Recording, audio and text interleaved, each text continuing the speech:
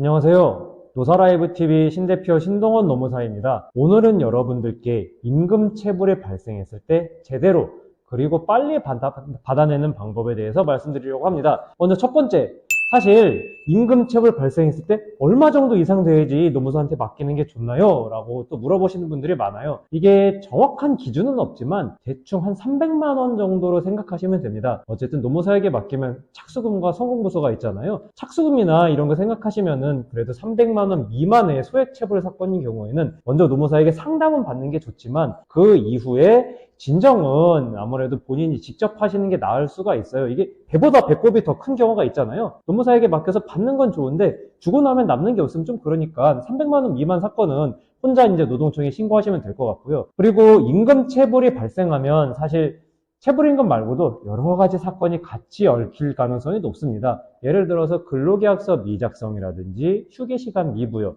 이렇게 형사처벌이 있는 것들과 함께 엮일 수가 있는데요. 이게 노무사가 사건을 맡으면 그런 것까지 다 엮어서 같이 할 수가 있는데 근로자가 직접 임금체불 후에 다른 법 위반을 가지고서 뭐 트레이드 하자 이런 식으로 하면 협박죄가 구성이 될 수가 있다는 점 참고 부탁드리면 될 것 같습니다. 그리고 두 번째, 임금체불이 발생했을 때 어떻게 대응할지 알려드릴게요. 먼저 첫 번째로는 그래도 사업주한테 한번 요청해 보시는 게 좋아요. 말 한마디도 안 하고 있다가 바로 하면 특이한 게 근로감독관들이 물어봐요. 그럼 사장님한테 달라고는 하셨나요? 라고 해서 아니 안 줬으니까 바로 왔죠? 라고 오면 아니 한번 얘기라도 해보지 그랬어요. 자꾸 이런 식으로 하거든요. 그렇기 때문에 먼저 짧게 사업주에게 요청합니다. 이건 노무사에게 맡겨도 마찬가지입니다. 저희 노무사들이 사건을 수임하는 경우에 바로 진정서를 내는 경우는 없어요. 먼저 첫 번째로 사용자에게 정식으로 청구를 합니다. 내용증명이든 아니면 우편이든 전화로 하는 경우들도 있고요. 먼저 노무사가 사업주에게 요청합니다. 물론 기간은 길게 주진 않습니다. 저희가 사업주에게 요청하는 경우에는 노동자와 상담 후에 얼마가 체불이 되었고 뭐가 확실히 위반이다라는 게 판단이 선 이후에 청구를 하는 것이기 때문에 여기서 저희가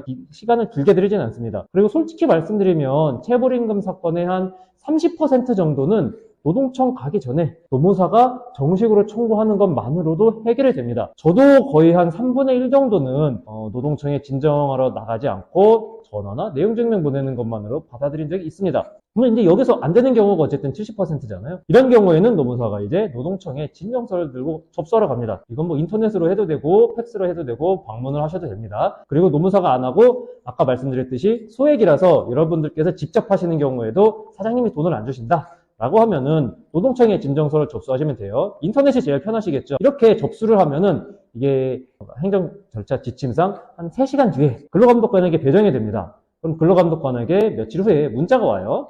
몇 월 며칠까지 출석하세요. 이런 식으로 해서 출석 조사를 한두 번 정도 합니다. 여기에 이제 노무사한테 맡긴다면은 노무사가 대신 가는 경우도 있고 아니면 같이 가는 경우도 있습니다. 사실은 같이 가는 경우가 제일 좋습니다. 대신 가는 경우에는 그 자리에서 합의라든지 여러 가지 가능한 다양한 경우의 수들이 있는데 놓치는 게 많기 때문에 근로자가 노무사와 같이 가는 게 좋고요.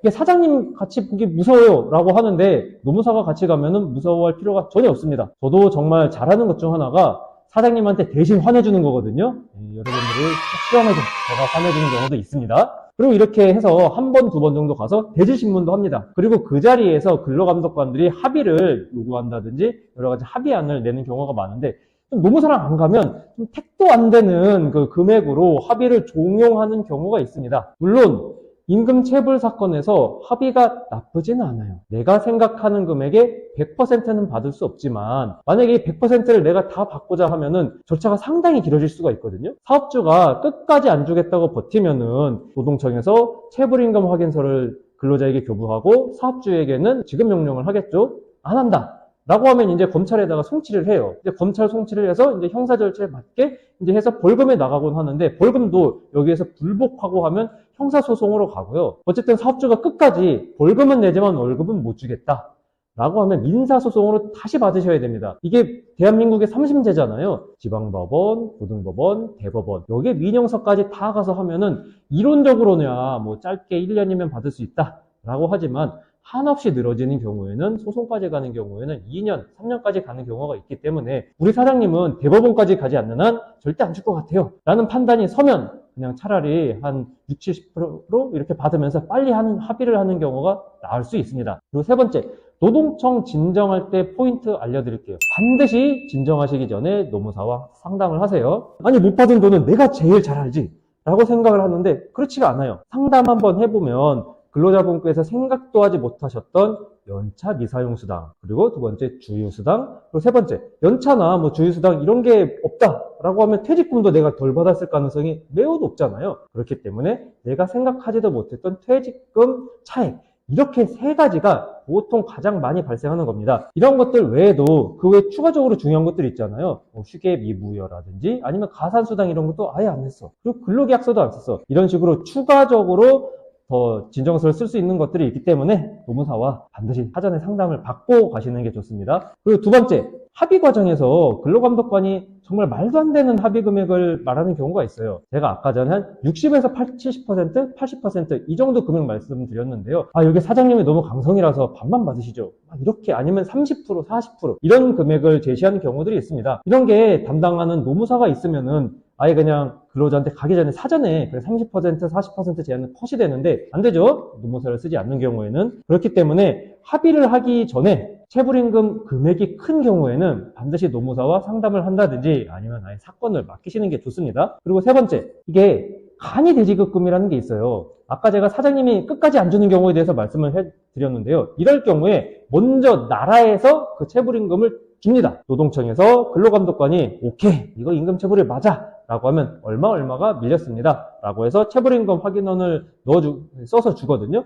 근데 사장님이 끝까지 안 줘요. 그럼 근로복지공단이라는 곳이 있습니다. 근로복지공단이라는 곳에 가서 간이대지급금, 예전에는 소액체당금이라고 했죠. 이걸 청구하면은 먼저 나라에서 주고 사업주에게 구상권을 행사하는데 아쉬운 건 전액 다 주지를 않아요. 3년분 퇴직금이라든지 이런 식으로 해서 한도가 있습니다. 금액도 나이에 따라서 700, 1000 이런 식으로 해서 그 대지급금 붙은 거는 그냥 대지급금이든지 아니면 간이 대지급금이든지 다 한도가 있어요. 그래서 한도만큼은 나라에서 먼저 주고 나머지는 민사소송으로 받으셔야 됩니다. 그리고 네 번째, 회사가 망했을 때 이때는 예전에 체당금이었죠. 지금은 대지급금입니다. 아까 방금 전에 말씀드린 건 간이 대지급금, 회사가 망했을 땐 대지급금인데 많은 분들이 놓치시는 게 있는데 두 가지를 같이 청구해도 돼요. 근데 보통 그런 걸 모르시기 때문에 하나만 청구하시는 경우가 있거든요. 그리고 사건의 종류에 따라서 간이 대지급금을 먼저 신청하는 경우가 좋은 경우도 있고 대지급금 먼저 신청하고 그 다음에 간이 대지급금을 신청하는 게 좋은 경우가 있습니다. 이런 거는 사건을 보고 그때그때 맞춰서 전략을 써야 되기 때문에 이런 경우에는 전문가들을 쓰는 게 좋겠죠. 꼭 저한테 와달라고 하는 건 아닌데 저한테 사건을 맡겨주시면 최대한 잘 받아들이도록 하겠습니다. 그럼 오늘 임금체불에 대해서 간단하게 설명을 드린 것 같습니다. 어쨌든 임금체불이 없는 나라가 빨리 만들어졌으면 좋겠습니다. 그럼 오늘 방송 여기서 마치도록 하겠고요. 오늘 정보 유익했으면 구독과 좋아요 부탁드립니다. 감사합니다.